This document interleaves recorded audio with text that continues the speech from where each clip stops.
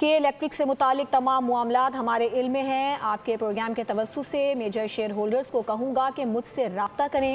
इन ख्यालात का इजहार बोल न्यूज़ के प्रोग्राम व्यापार में चेयरमैन स्टैंडिंग कमेटी बराए सनद सैयद हाफिजुद्दीन ने किया। उनका मजीद क्या कहना था, आइए आपको दिखाते हैं।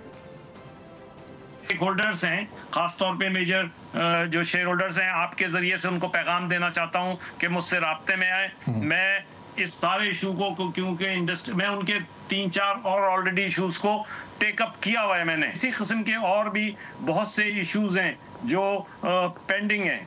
मैं समझता हूँ उन तमाम इश्यूज को एड्रेस हमने किया हुआ है, ऑलरेडी हमारे एजेंडे पे मौजूद है, हमने नोटिस लिया है उसका।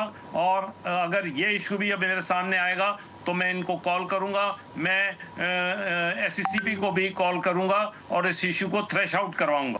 मैंने आपसे कहा ना, मैं तो उनसे दरख्वास्त करूंगा कि वो मेरी कमेटी में आएँ, अपना पॉइंट ऑफ व्यू पेश करें, उसके ऊपर हम फर्दर लाइन ऑफ एक्शन तय करेंगे। सब्सक्राइब करें और बेल दबाएं ताकि कोई खबर रह न जाए।